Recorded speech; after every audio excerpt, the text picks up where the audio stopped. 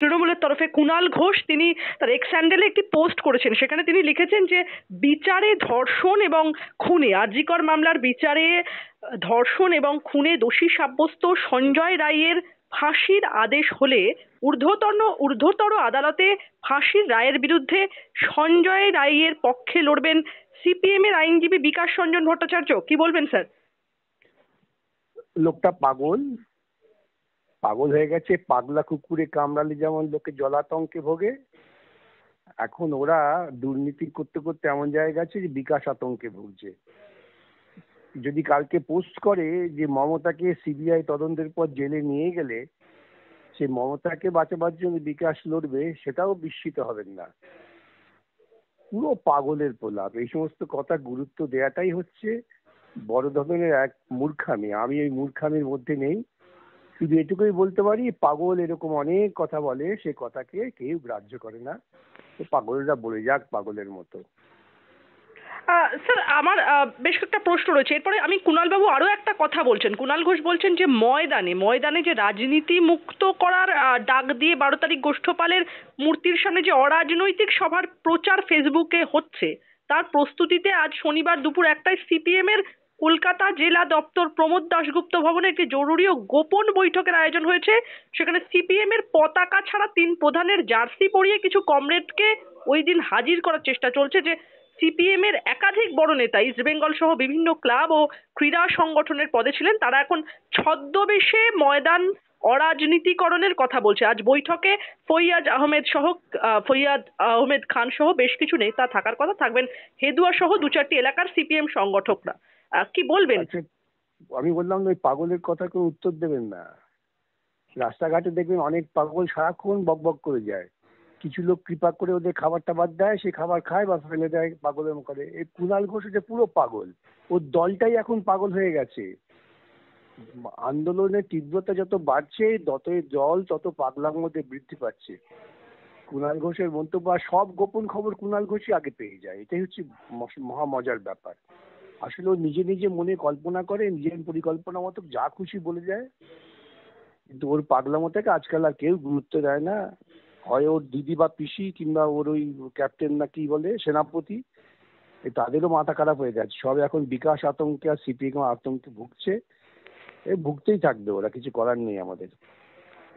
Sir আমার যে প্রশ্নটা এর পরবর্তীতে আরজি করের শুনানি নিয়ে, এই শুনানি নিয়ে একাধিক প্রতিক্রিয়া আমরা নিয়েছি, কিন্তু এবারে তো বলতেই হচ্ছে যে দুদিনে 3বার পিছিয়ে আধ ঘন্টায় সুপ্রিম কোর্টের শেষ আরজি কর শুনানি। আরজি কর মামলার তদন্ত নিয়ে রীতিমতো যে ষষ্ঠ স্ট্যাটাস রিপোর্ট রীতিমতো সিবিআই জমা দিয়েছে।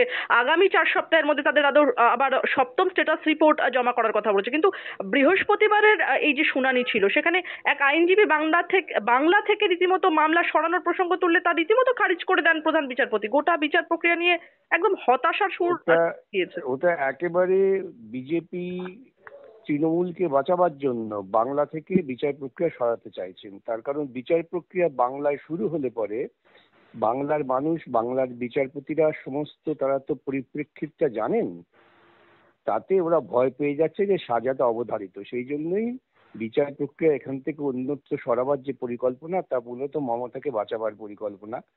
এই কথা আমি আগেও বলেছি, এখনো বলছি। বিজেপি এবং তৃণমূল পরস্পরের সঙ্গে বোঝাপড়া করে এগোচ্ছে, তাই দেখবেন উভয়ে একই সুরে এই চিকিৎসকদের আন্দোলনের বিরুদ্ধে কথা বলছে। মূল যে ঘটনা স্যার সেদিন রাতে ঘটেছিল এবং যে আর্থিক দুর্নীতি রয়েছে, সেই সব নিয়ে দেখছি কথাই হয়নি, আর জুনিয়র ডাক্তাররা তাদের ক্ষোভ প্রকাশ করছেন। কি বলবেন? আমি তো সুপ্রিম কোর্টের নিয়ে এত মোহগ্রস্ত হচ্ছে কেন লোকেরা? আমি তো প্রথম দিন থেকে বলছি সুপ্রিম কোর্টের কোনো এখতিয়ার নেই। সুপ্রিম কোর্ট অকারণ সময় নষ্ট করছেন। সুপ্রিম কোর্ট কিচ্ছু করতে পারবেন না। ওই চিকিৎসকদের নিরাপত্তা নিয়ে কিছু ভালো ভালো কথা বলবেন এই পর্যন্ত, এর বাইরে কিচ্ছু করতে পারবে না। একটা প্রশ্ন স্যার থেকে যাচ্ছে, নির্যাতিতার বাবা, তার বক্তব্য হচ্ছে তারা মন থেকে যথেষ্ট হতাশ হয়েছেন, কারণ সুপ্রিম কোর্ট শতপ্রণোদিত হয়ে আরজি করেন মানে মামলার। আবারও বলি নির্যাতিতার বাবা কেন, বহু মানুষ আছেন যারা বিষয়টা সম্পর্কে অবহিত নন, তারা জানেন না কেন সুপ্রিম কোর্টে মামলা গেছে, কি গেছে। এই না জানার ফলে তাদের মনে একটা কাল্পনিক স্বপ্ন তৈরি হয়েছে সুপ্রিম কোর্ট করবে। আমি তো প্রথম দিন থেকেই বলছি সুপ্রিম কোর্টের এই মামলা নিয়ে কিচ্ছু করার নেই, যা হবে ট্রায়ালে হবে। এবং সেই ট্রায়ালটা সকলের চোখের সামনে হওয়া উচিত। সেই জন্যই কায়দা করে কিছু লোককে দিয়ে ট্রায়ালটারও অন্যত্র পাঠিয়ে দেওয়ার পরিকল্পনা করছিল, আর কিচ্ছু না। স্যার, ডিএ মামলা প্রায় 23 মাস ধরে ঝুলে রয়েছে। 13টা ডেট স্কিপ করা হয়েছে। ওবিসি মামলা ঝুলে কবে শোনা হবে কেউ জানে না। প্রায় 23,750 জন শিক্ষকের চাকরি জালিয়াতির কারণে চলে গিয়েছিল। কলকাতা হাইকোর্টের সেই রায় স্টে শুনবো শুনবো করে শোনা হচ্ছে না কেন? যারা যোগ্য সে তো তারা কি কিছু অপরাধী? করার নেই, এটা তো মামলা করতে গেলে আদালতের যে নিয়ম প্রক্রিয়া তার মধ্যেই চলতে হবে। এটা ভাবার কোনো কারণ নেই সুপ্রিম কোর্ট ইচ্ছে করে পিছিয়ে দিচ্ছে। এই কতগুলো ভ্রান্ত ধারণা তৈরি করা হয়। সুপ্রিম কোর্টে রাজ্য সরকার গিয়েছে, এখন মামলার শুনানি না হওয়া পর্যন্ত একটু অপেক্ষা করতে হবে। একদমই।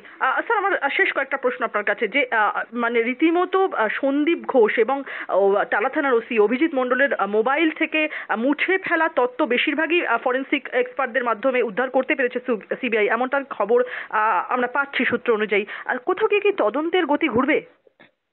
আমি তো এই জন্যই তো কুণালী কথাটা বলেছে না, যে তদন্তের গতিমুখগুলো আমি নির্দিষ্ট করছি বারবার আমার বিভিন্ন মন্তব্যের মধ্য দিয়ে। তাতে ওরা আতঙ্কিত হয়ে গেছে, একটু মমতা যুক্ত হয়ে পড়বে। মমতা নিজে বলেছেন আমি সকাল থেকে মনিটর করেছি। এখন এই সমস্ত মনিটরিং কি মনিটরিং ছিল, যে কিভাবে হত্যা করা হবে, কিভাবে ধর্ষণ করা হবে, কিভাবে সাক্ষ্য লোপাট করা হবে তারই পরিকল্পনা, এবং সেই সমস্তই মোছা হয়েছে। ফরেনসিক বিজ্ঞান অনেক উন্নত, তারা এই সমস্ত উদ্ধার করবেন, খুঁজে বার করবেন। আতঙ্কিত হচ্ছে এই জন্যই, আতঙ্কিত হয়ে ওরা আমাকে কলঙ্কিত করার চেষ্টা করছে পাগলের মতো। তো যা খুশি বলে যাক। ওই আমি একটা কথা বলি না, পদ্ম পাতায় কি জল থাকে, কি সরস্বতীর আসন, যেটা একটা বাংলা গান শুনেছিলাম। সেই জন্য ওরা যত খুশি বলে যাক, কিচ্ছু যায় আসে না আমার। স্যার, আমার শেষ তিনটে প্রশ্ন আপনার কাছে। একটি প্রতিবেদন, খবর 365 থেকে একটি প্রতিবেদনে দাবি করা হচ্ছে যে 563 জন জুনিয়র চিকিৎসক আরজিকর কাণ্ডের পরে শুধুমাত্র স্বাস্থ্যসাথী প্রকল্পের অধীনেই প্রায় 54.39 কোটি টাকা উপার্জন করেছেন, এবং সেই সঙ্গে প্রথম পর্যায়ের ওই প্রতিবেদনে 5 জন জুনিয়র চিকিৎসকের নামও রয়েছে। তারা যে সরকারি হাসপাতালে কর্মরত রয়েছেন, সেই হাসপাতালের নাম এবং তারা কোন কোন বেসরকারি হাসপাতালে চিকিৎসা পরিষেবা প্রদান করে কত অর্থ উপার্জন করেছেন তার বিস্তারিত তথ্য প্রকাশ করে দাবি করা হয়েছে। এই রকম একটা দাবি, সেই সব জুনিয়র ডাক্তারদের নামও পরবর্তীকালে প্রকাশ্যে আনা হবে, এরকমটাই দাবি করা হচ্ছে। কি তা বলবেন? তো না, জুনিয়র ডাক্তাররা তারা তো যোগ্যতা অনুযায়ী যে অন্য কোথাও কাজ করে থাকে, এটা তো যোগ্যতার যে পয়সা হয়েছে, ওটা কাটমানি খায়নি। 365 দিনের মতো চিট ফান্ডের টাকা পরিচালিত পত্রিকা নয়।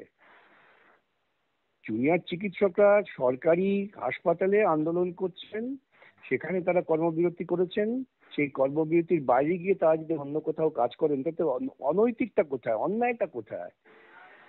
তারা তো টাকা ছিনিয়ে নেননি, তারা নিজেরাই তো বলছে স্বাস্থ্যসাথী প্রকল্পে। তা স্বাস্থ্যসাথী প্রকল্পটা চালু করলো কেন? প্রাইভেট হাসপাতালকে বাঁচাবার জন্যে।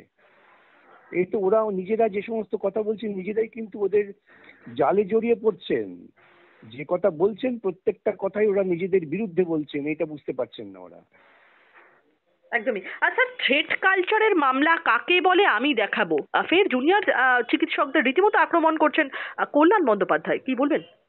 হ্যাঁ, এদের কোনো কথা আমি জবাব দিই না। জুনিয়র ডাক্তাররা যারা মামলা লড়ছে তারা বুঝবে, তারা আইনি পরামর্শ নেবে, যার থেকে নেওয়ার নিয়ে সেখানে তারা লড়াই করবে। দলটাই তো জন্মেছে থ্রেটের ওপরে। মনে নেই একবার একজন সাংসদ, নাম করছি না, তিনি কি বলেছিলেন, এবং সঙ্গে সঙ্গে অভিষেক বাহিনী রাস্তাঘাটে তাকে মধু মাতাল বলে পোস্টার ছেপে হৈ হৈ করেছিল। নিজেদের ভেতরেই তো থ্রেট কালচার আছে।